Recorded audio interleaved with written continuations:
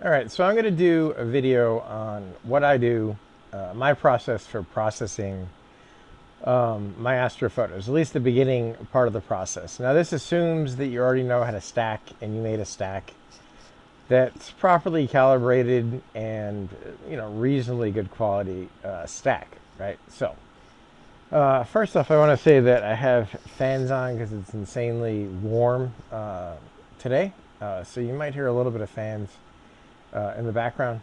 It shouldn't be that bad though. Hopefully it's not that distracting. And I'm sort of doing this off the cuff, so if it's a little bit, not super smooth, that's the reason. I apologize for that. I also apologize for my voice. I don't have the most pleasant presentation voice, but hopefully you that doesn't matter too much, and you sort of look past that and to the content that I'm trying to show you. Okay, so this is what I do, at least for the beginning processing. I consider processing two steps, which is the sort of pre-processing, well, not the pre-processing, but there's the processing of the linear image and then the post-processing after that. So this is the first step. I'm not going to do the post-processing after I show you what I'm doing. That'll be a different video. All right, so the first thing I do is once I have a stacked photo, I open, oops, not that, from the wrong thing. That's a great start to the video. This is AstroSharp, which I sometimes use, but no. I open GraXpert. And the reason why I do this is to correct the gradients. Oh, that's great. So none of this stuff is working. Oh, there we go. To correct the gradients and to... I just switch modes on my computer so it's faster. And to also do color calibration. Okay, that's not where I want to be. That's my downloads. All right, so let me just pick a fit file.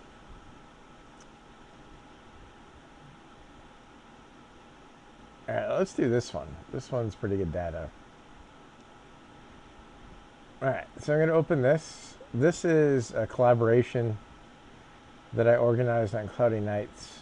And I usually put the auto stretch at 20 or 30, just so I can see the gradients more clearly. Actually, let's not pick this one. This one's too good. It doesn't really have that many gradients in it. Let's do this one, not that one. So, Lagoon. Sorry, I should have picked one beforehand. Let's do this one. Okay. All right, so this is the Sagittarius star cloud. It's my own data, and I'm in Bortle 8.9. This is like about 2 hours of data, a little bit more than that. So what I want to do is correct the gradient. Okay, so for this one, because it's a star field, I'm actually going to do my own gradient correction.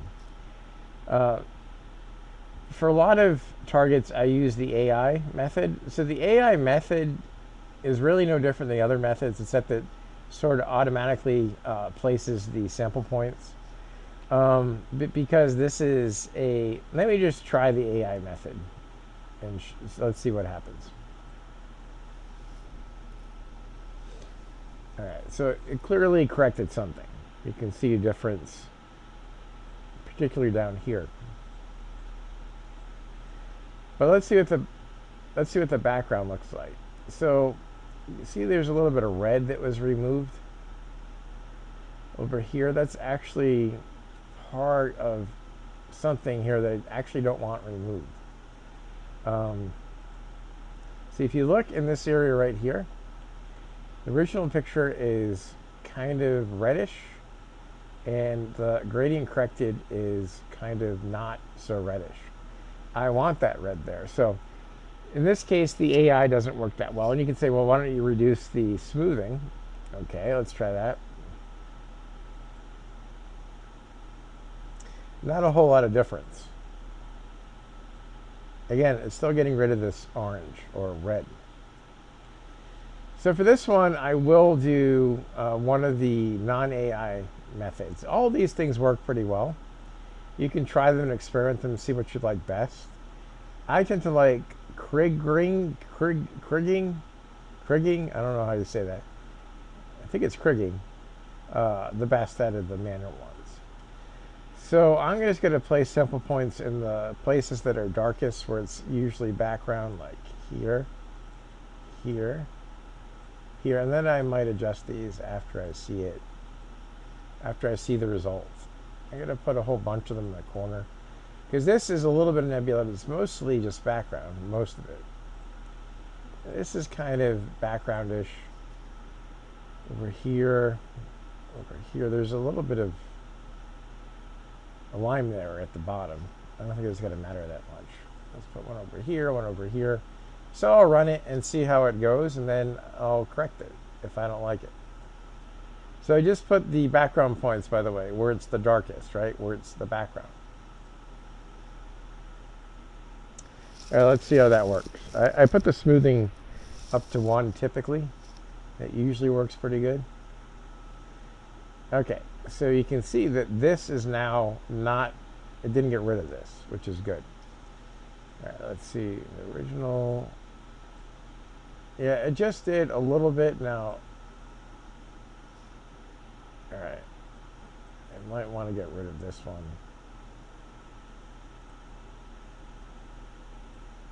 Because it did get rid of some of the red over here. So let me try that again.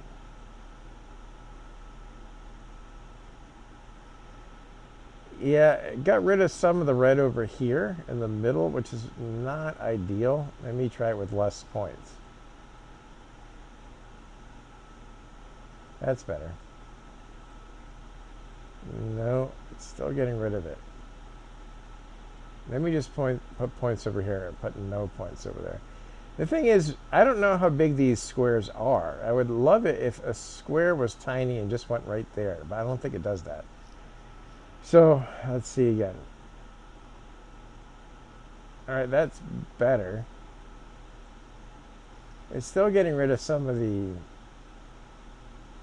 red over here. So let's get rid of all of these and see what happens. All right.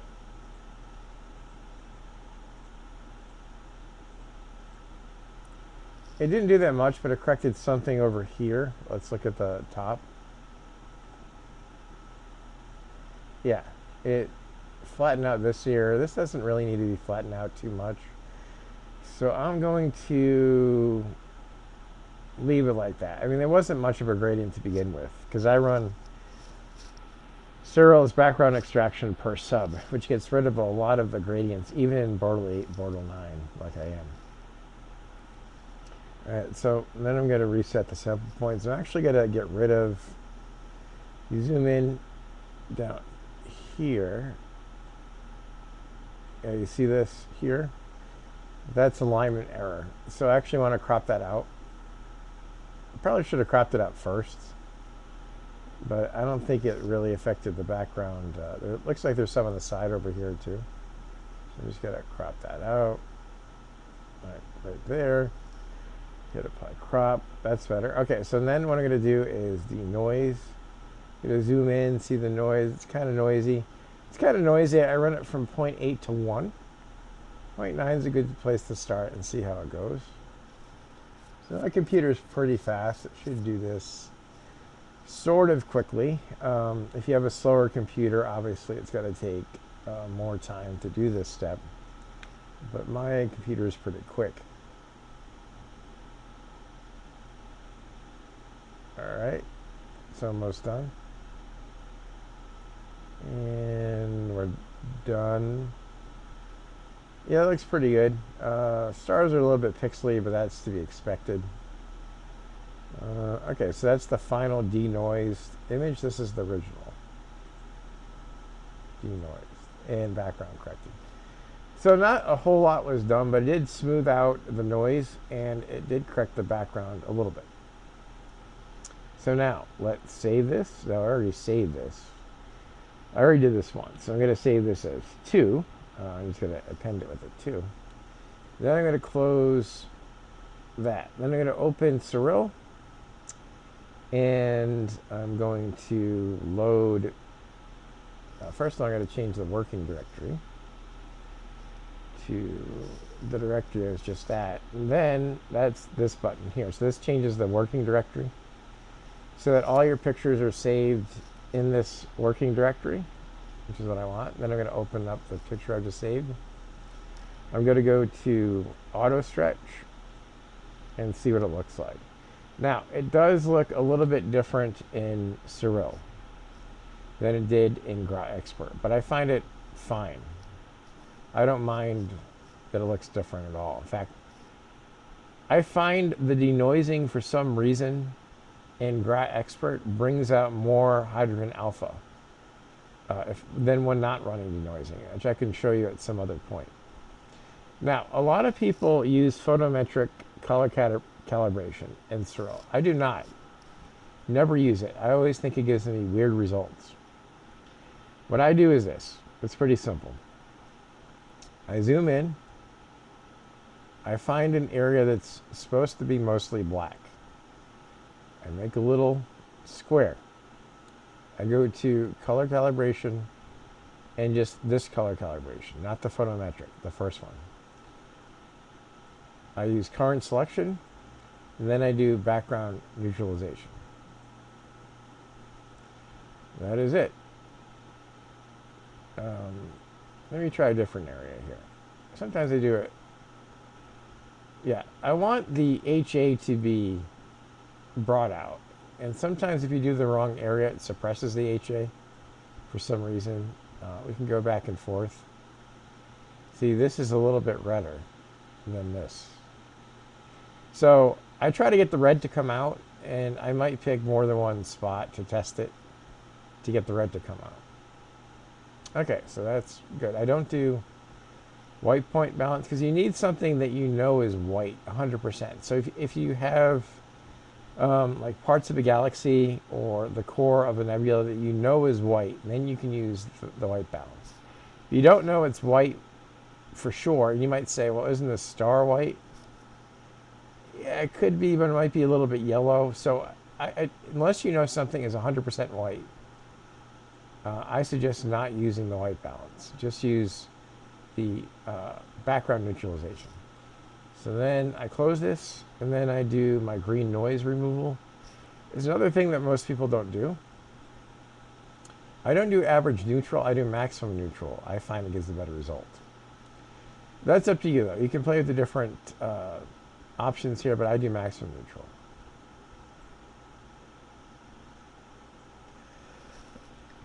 Sorry. So I've color calibrated a bit. There's some artifacts up here, but overall it looks okay so far. Now what I'm going to do that a lot of people don't do for some reason is do desaturation of the stars.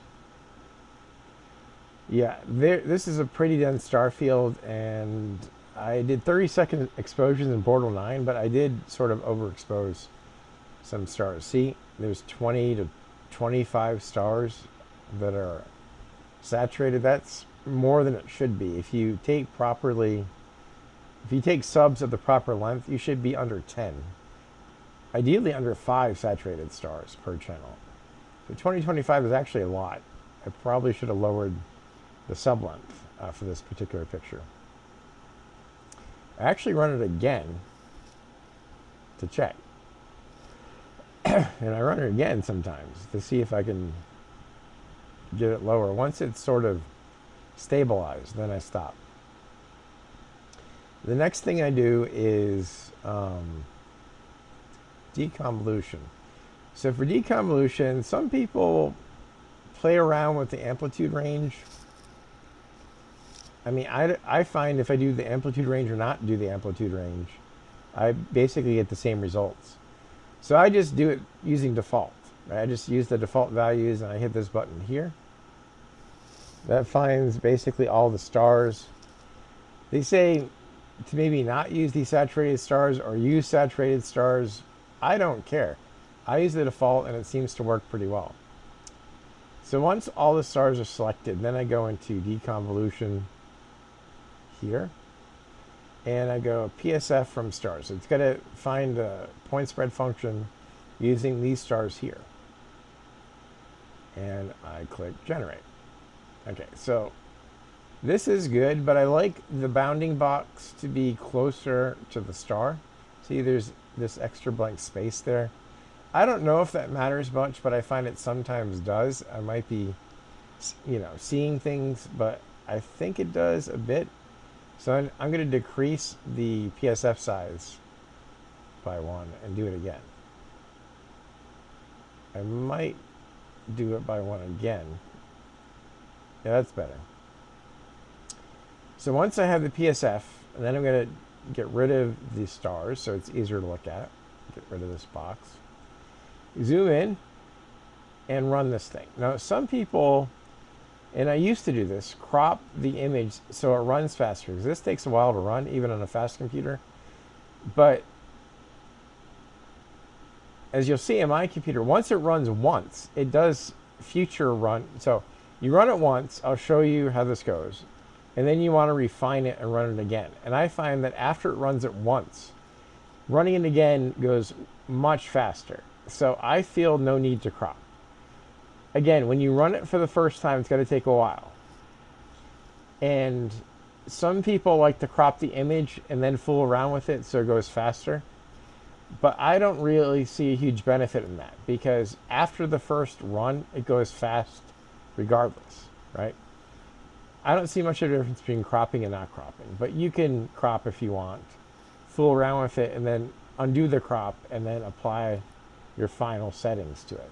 I don't do that though, so I'm just going to hit apply, just with everything default. I haven't changed any of this stuff. I'll change it after I run it once, right? So I'm just going to hit apply and see what it does. So I don't know exactly what everything is here. I know the general idea. The iterations is the number of times it does the deconvolution. So in general, the more, see, it already did it. The more iterations you do, the more it deconvolves. The descent is how compact, I believe, I'm not sure, I'm pretty sure, it's how compact the deconvolution is. So in general, the higher the step size, the more it tightens your stars. And what you want to do is balance these two things so you get your stars tightened, but they're not over tightened. So let's go back and forth. So let's undo it. Let's look at these stars. Let's zoom in a bit. Okay, so if you look at this star right here, it tightened up a bit. Look at this star right here. Tighten up a bit. Now, we could probably do more. Normally, at the default settings for me, it's too much. And you get ringing, normally. And normally, I decrease these things until it doesn't ring. But this is actually borderline. I can do more. That's probably pretty good. But let me see what happens when I do more. So the way I can do more is either increase the step size or increase the iterations. There's like, you have to play around with it. So let me just try increasing the step size and see what that does.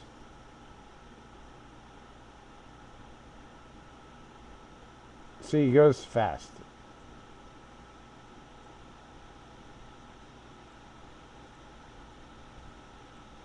Let me increase the iterations and see what happens. Let me show you, so that's pretty good. I'm probably going to use these settings here. Let me show you what happens when you do too much. So I'm going to remember 11 and 4. All right, now I'm going to crank this so you see what is too much.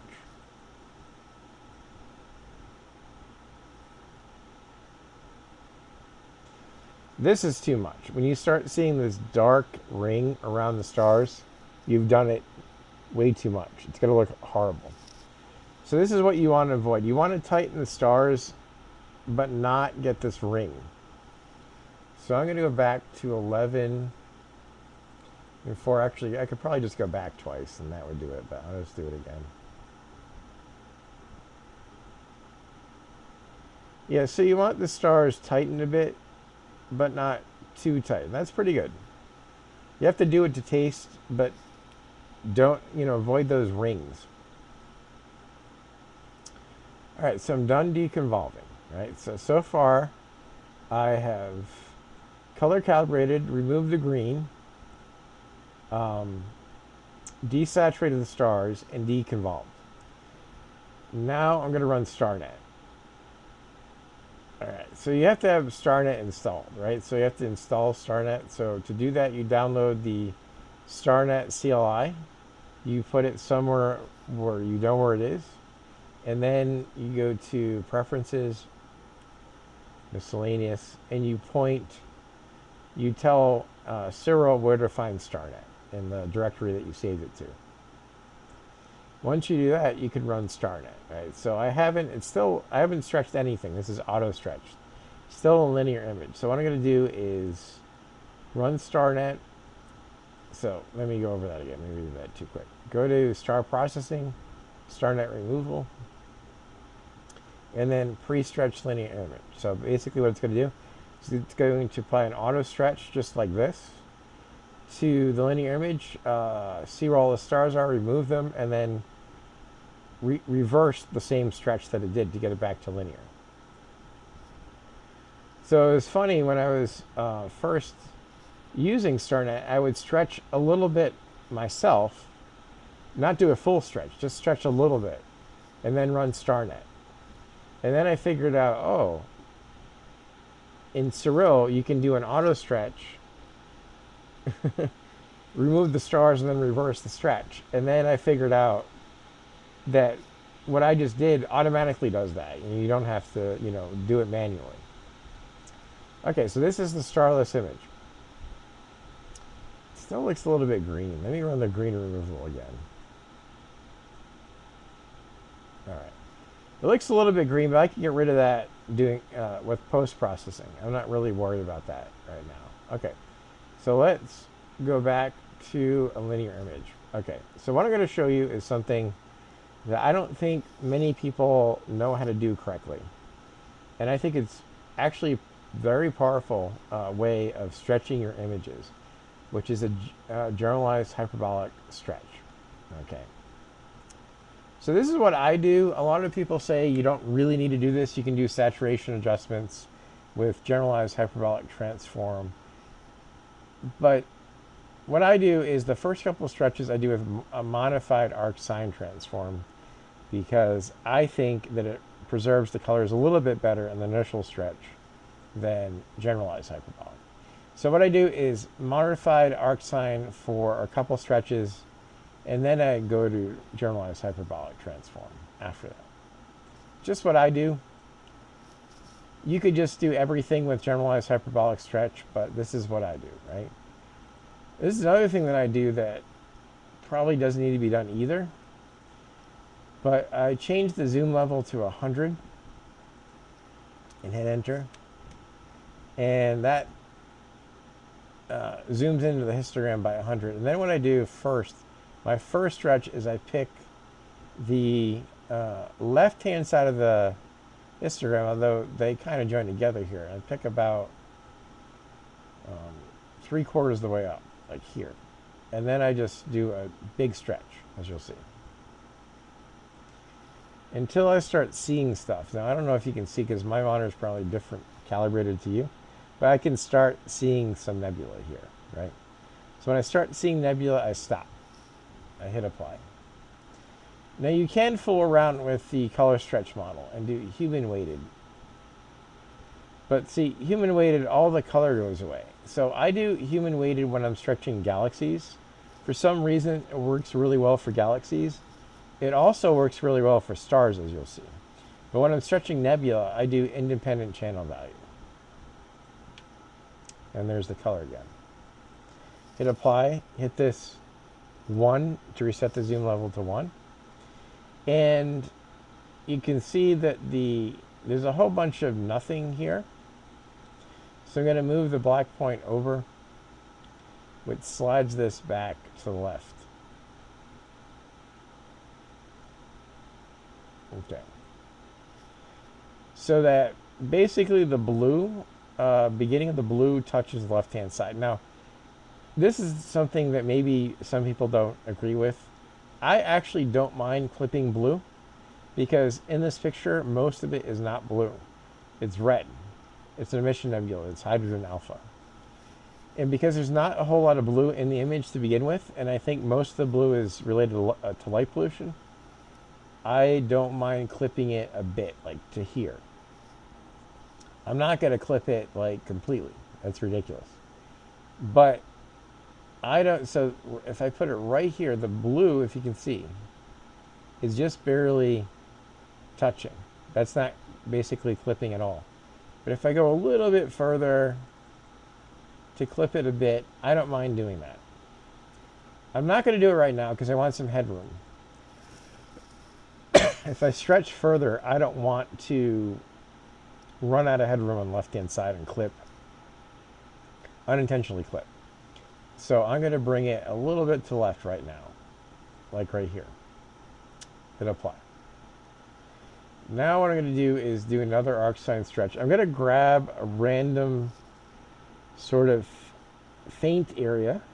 So it's, you know, pretty bright over here. I'm going to grab someplace over here. I'm going to draw a box around that, hit the picker, and just stretch a little bit more.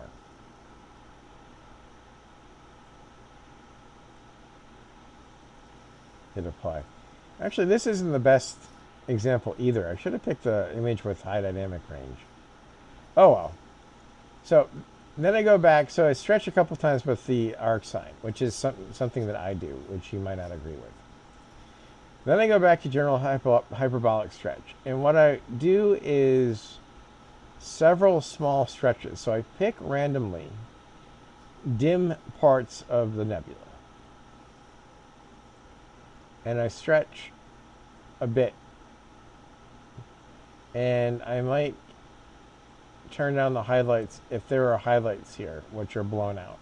This is a big thing. If you have highlights, like a bright nebula or a bright galaxy, you must use this to bring down the highlights so you don't blow out the highlights. Because I see a lot of people, for instance, maybe I'll do another example of this with Orion.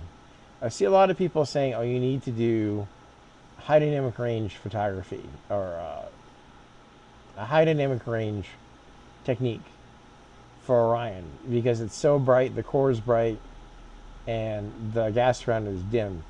I don't necessarily agree with that. I mean, it's a technique you can do that I think will work. But if you master generalized hyperbolic transform and you master the highlight protection, you can stretch Orion without blowing out the core if you're careful. Maybe I'll show you that after this. I'll show you that quickly after this. Alright, so anyhow, I did a little stretch and I adjusted the highlight protection. Sometimes you can adjust the intensity. So local intensity basically makes the effect more visible. If I go like this, that brings it down. So that you can play around with that too. Hit apply. Pick another random faint area, stretch a little bit, see how it looks, adjust the highlights, the intensity, hit apply, select another one. You're basically doing it, stretching as far as you think you need to go.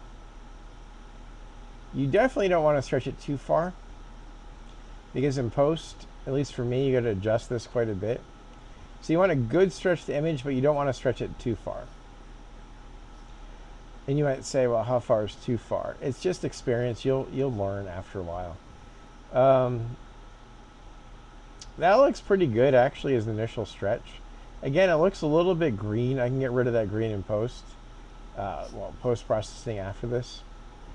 And then I hit apply. Okay, so then I'm going to bring the black point over again because it moves to the left a bit.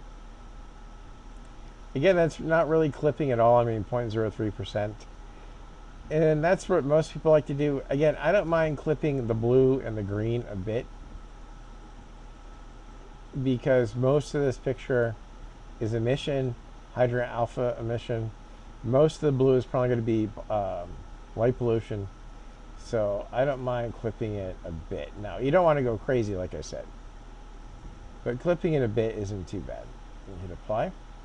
And then what I also do is go back to generalized hyperbolic transform. And I do a little bit of saturation stretch here. So you find something that you want to increase the saturation of. Like suppose it's red here. So I want to make this a little bit redder. I hit that. I draw a little box, hit the picker, and then I just stretch a bit. You don't want to go too crazy because you can adjust the saturation in the next step. So that's pretty good. What I sometimes do is do a median filter just to smooth things out a bit. I don't do it at 1. This is basically the amount of smoothing. So at 1 it's the most, 0 it's obviously nothing. I do it like 0.5, 0.6. It's subtle, but it smooths things out a bit. See, if you look over here, this is before I did the median smoothing. This is after. It smooths it out just a bit, reduces the noise just a bit, and that's all I want. So this is a pretty good initial sort of stretch, and I'll save this as a TIFF. Just the default name, I'll just save. Good. Now I want to open up the stars. I'm going to open up the Starmask. And I'm going to leave it as linear, and I'm going to go to generalized hyperbolic stretch. Put this at human weighted luminance. So I find this is a big deal for stars. And I also start with an arc sine stretch. So what I'm going to do is initial stretch. I'm going to stretch it a bit, look at the bright stars, make sure they don't become too bright. And I'm going to adjust the highlights so as these stars don't clip that much. So all I did is brought this up a bit. Like if you bring it up too much, obviously that's not what you want. Looks kind of cool though. You want to do small stretches here, even on the stars. So I'm going to bring it up to like say here. I'm going to bring down the highlights so that I try not to overexpose the stars. Hit apply. Actually, I'm going to do that again. Let me show you the difference between human weighted and independent channel values, because that's a good thing to show. So let me do what I did. Here I did something like this. So I'm going to reduce this. Okay. So if I do independent channel, see, look at, okay, so if I look at this star and I do human weighted, see how colorful it makes it? Now you might argue it's too colorful and that's not what you want, and you do independent. Fine. Depends on your, how you like things.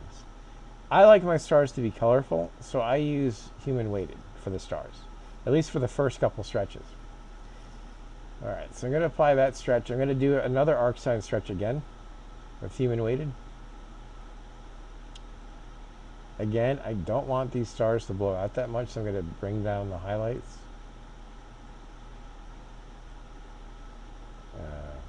By the way, how I'm zooming in and out is I'm hitting control and then doing the middle mouse wheel to zoom in and out. And then control and then left click drags, right? That's the key thing in Sirl. All right, so that's pretty good. I do usually a couple stretches with the arc sine. And then I go to generalized hyperbolic and I go back to independent channel values. So to not get super colorful, just get a little bit of color with the first two stretches and then just stretch normally. Okay, so what am I doing here with generalized hyper? I'm trying to get these faint stars to come out a bit. Because this is a star field, and the star field is really defined by the dimmer stars. Now, in some targets, you don't want the dimmer stars, but for this particular example, I want the dimmer stars. I want them to fill in the dark nebula, as you'll see. See, the dim stars start coming out and they start filling around the dark nebula, which is what I want. Now you got to be careful not to blow out the bright stars, so you got to turn down the highlight protection and possibly turn down the intensity. Let's stretch again. See, now it's really starting to fill in. Bring down the intensity, bring down the highlights. Again, I'm doing this to not, as best as I can, overexpose these stars here. They're going to be a bit overexposed no matter what you do, but you don't want to make them super bright. It's got to be distracting and it's got to look bad, right? Yeah, so now they're really starting to come in. This little cluster here is starting to come in. Bring down the intensity a bit. Bring down the highlights to save these stars. Probably one or two more stretches will be good. Bring down the intensity, bring down the highlights. One more I think will be good. I think we're good. Okay, and then I also do a saturation. So that's it. I'm done stretching. Then I do a saturation stretch. For the stars, for the saturation stretch, I just bring the local intensity all the way up, and I just hit this twice or sometimes 3 times. Like there's a little bit of saturation to all the stars. Hit apply. Save this as a TIFF. And I'm not done. I bring this into Affinity to further process this, which is another video. But let me see if I can find Orion quick. Yes. All right, so sorry, I hit the wrong button. All right, so let me show you Orion quick. All right, let me show you Orion quick, because this is a good example of, I'm going to skip the deconvolution and everything and just do a quick color calibration and Starnett run. All right, so this is what I did. Yeah, the colors are already pretty good. So this is a collaboration that I organized with, I think, 5 different users on cloudy nights. So this isn't just my photo. It's 5 different data sets put together. There's also some stacking artifacts when I combine them all in the corners. You can crop that out if you want. In fact, I'm going to do that right now. I'm going to try to sort of do my best to crop this thing out, because I kind of want to focus on Orion anyhow, like the core. So let me just do that right now. So you draw a rectangle, right click, and then hit crop. All right, so what I'm going to do is, actually, I want this star here. It's a little bit distracting. Okay, so let's see. Okay, that's good.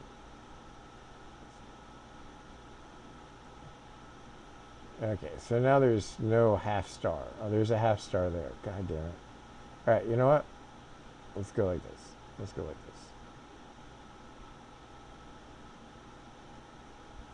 I don't like half stars in the picture. It's either a whole star or no star. So I'm going to crop again. Okay, that's good. Okay. So now what I'm going to do is just run Starnett. Normally I deconvolve the stars and everything, but let me just run Starnett. Make it go a little bit quicker. Because I want to focus on how you can get the core to come out and the dust to come out just using a generalized hyperbolic stretch. And then I'll end the video, which is the last thing I'm going to do. And then I'll do another video on what I do after this in Affinity Photo. All right, almost done. Okay.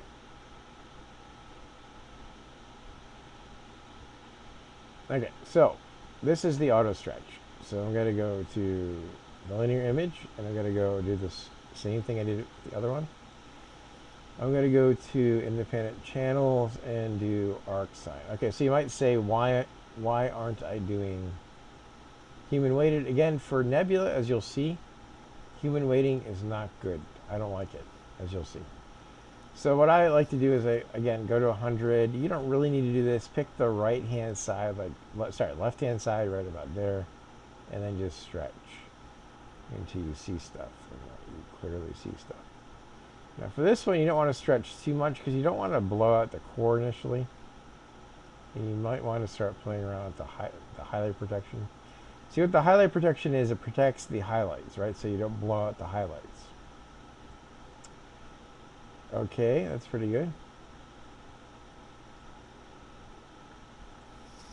Reset the zoom level to 1. And I'll just pick a random sort of dim part of the nebula. Say here. And do that again.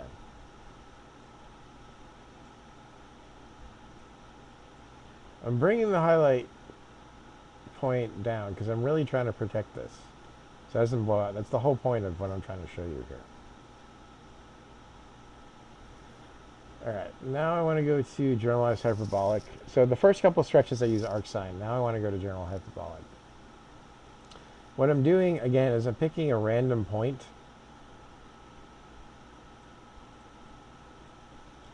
Random dim part of the nebula, which is right here. And I'm going to try to stretch that. Okay, now if you just do a gigantic stretch, well, that's bad. That's really bad. But even something like this, you're blowing out the core. And this is where I think a lot of people have a problem. Say you need to do an HDR technique. But I contend that's not what you need to do. If you do just small stretches, you do a small stretch, bring down the highlights, hit apply, pick another dim area, do another small stretch, bring down the highlights, pick another dim area. I just pick random dim areas, by the way. There's no rhyme or reason what area I'm picking. I'm just focusing on something I can barely see, pick it, and then stretch. Bring down the highlights. Pick a random area over here. Stretch. Bring down the highlights. Just keep on doing this. It takes forever, maybe, and it's kind of annoying. But I also play with this too. But usually this is all you need. You don't have to touch local intensity that much if you just do small stretches and then you bring down the highlights.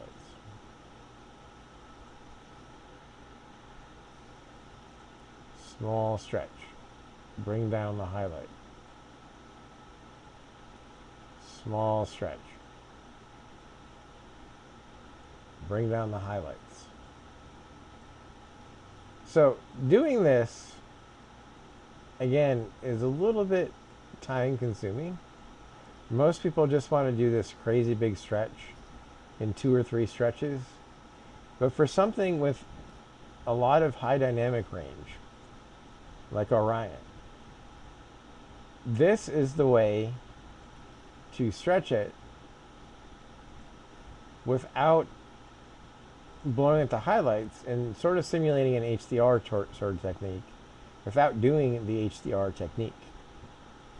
I think it's pretty powerful, and I don't think a lot of people honestly know how to do this. I think some people do, but I don't think much of them do, because I see a lot of pictures that are overstretched, you know, where the highlights are blown. That's what I mean by overstretched. And, you know, I don't think people know how to use this thing. So if you do a histogram stretch, it's pretty hard to recreate what I'm doing here with a histogram stretch. This is why I love the general hyperbolic transform, which some people do use, but I don't think a lot of people use it correctly.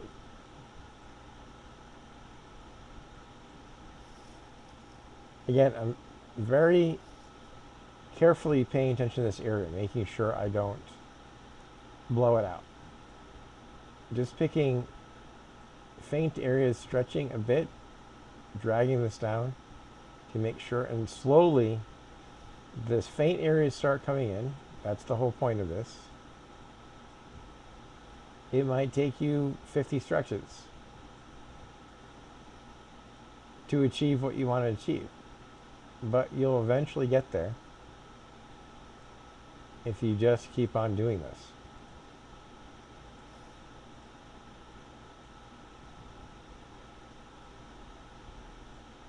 Just keep on going, right?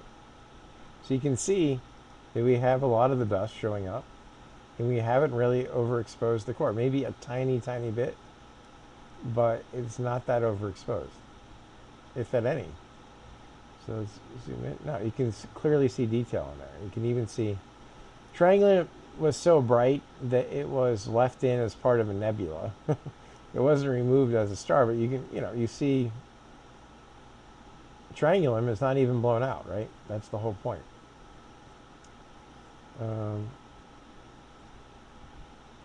Let me do a couple more.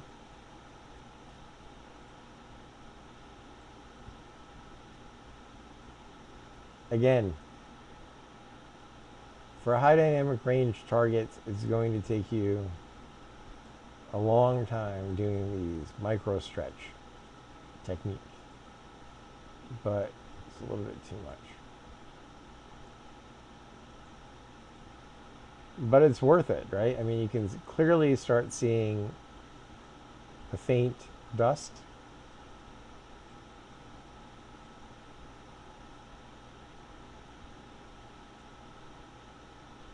And this hasn't really been overexposed. Yeah. So again, I don't think a whole lot of people know how to do this correctly.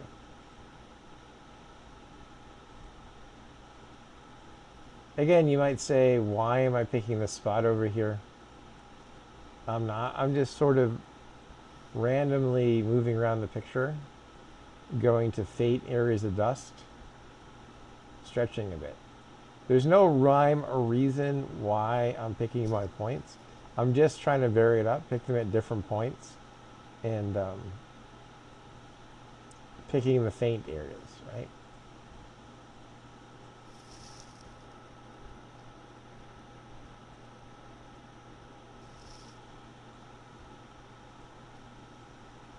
So I'm almost done. That stretch was too much. Oops.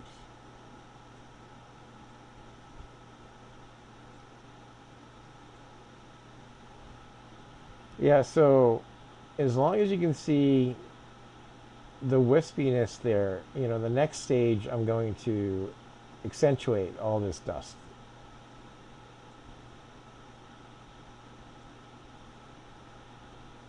And let me lower the black point. See, there's too much space here between the start of this and the left-hand side. Now for this case here, a lot of the blue is part of the nebula. There's blue over here, there's some blue in the nebula. So I don't want to clip the blues for this particular place because it's actually part of the nebula. Let me stretch it a bit more.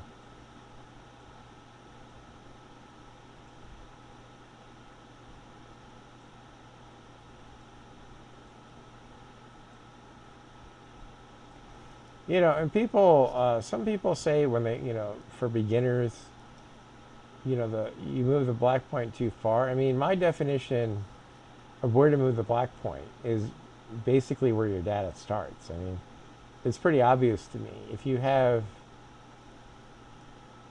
a whole bunch of nothing between the left-hand side and where your histogram starts, just get rid of it. It's nothing, right? And just have your histogram start on the left-hand side. That's the definition of where the black point should be. I don't care if anyone says your black is too black. Whatever, if my black appears to be too black, I don't really care. I set it so that the left-hand side is at the left-hand side of the histogram. Got a couple more.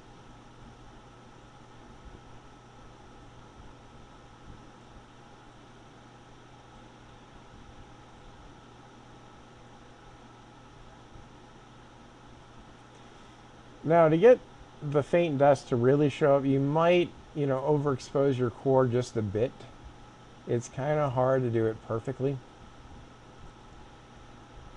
But regardless, I mean, if you look at this picture here, you could argue the core might be slightly overblown.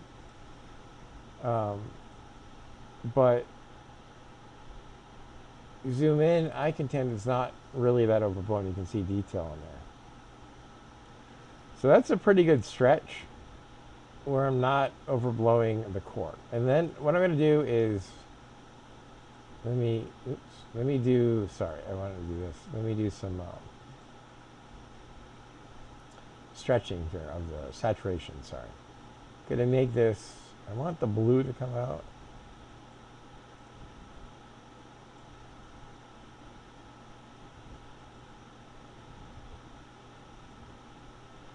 I don't think I picked the blue. Let's see. All right, that just stretched, that just saturated everything. But that's pretty good. I'm pretty happy with that. Let me save that.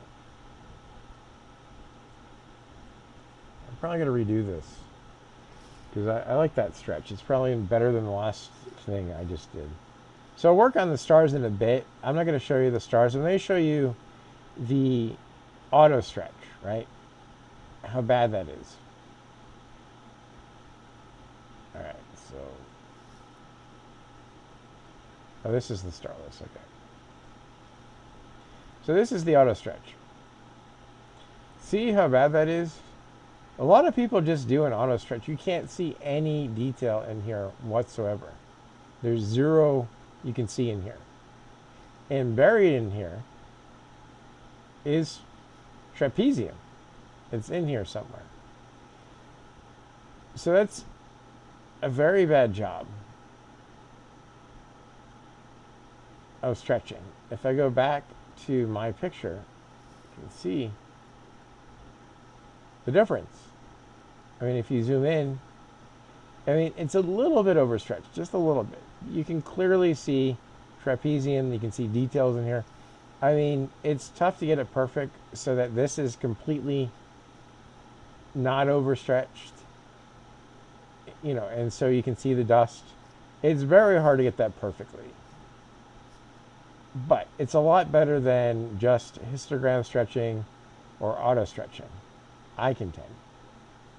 All right, so I'll stretch the stars later, but that's the end of the video.